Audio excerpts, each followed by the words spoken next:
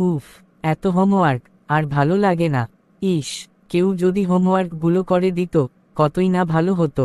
হা হা হা হা হা হা হা। চলে এসেছি তোমার সমস্যা দূর করতে। কে কে তুমি? কি চাও এখানে? আমি ওই বোতলের জিন, তোমার সাহায্য করতে চাই। তুমি আমাকে কি কি সাহায্য করতে পারো? হুহ, তুমি যা বলবে তাই করে দেব। তাহলে আমার হোমওয়ার্ক করে দাও। এটা তো আমার বাহাতের খেলা, এক্ষুনি করে দিচ্ছি। Dot dot dot dot dot.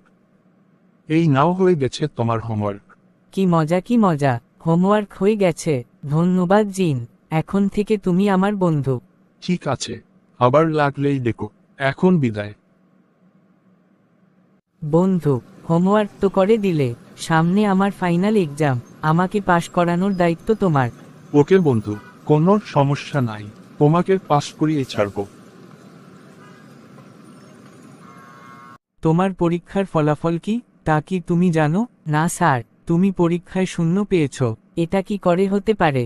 আমার তো পাশ করার কথা। কি করে পাশ করবে? তুমি খাতায় লিখেছ।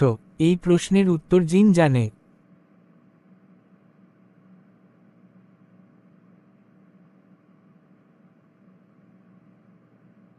জিন, এই জিন, কোথায় তুমি? এক্ষুনি সামনে এসো। এই তো আমি বন্ধু।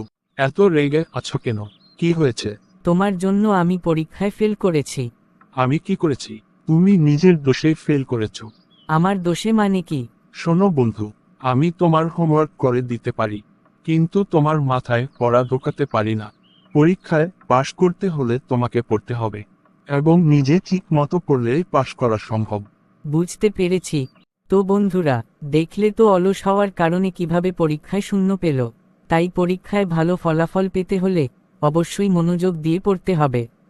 তোমরাও সব সময় মনোযোগ দিয়ে পড়বে এবং ভালো ফলাফল করবে।